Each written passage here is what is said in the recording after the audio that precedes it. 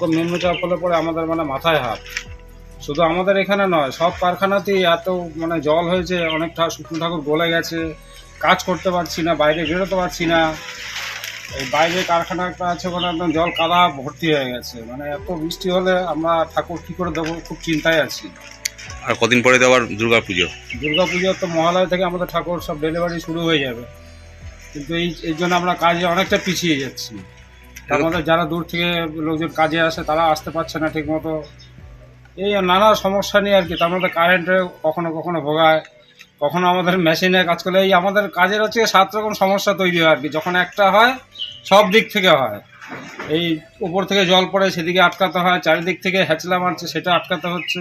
মানে আমরা চরম দুর্দশার মধ্যে আছি, কি করে ঠাকুর দেবো। এগুলো কমিটিগুলো একটু যদি আমাদের দিকে মানে বোঝে আমাদের ব্যাপারটা, অসুবিধাটা, তাহলে আমরা একটু মানে কাজ সুবিধা করে একটু সুবিধা করতে পারি।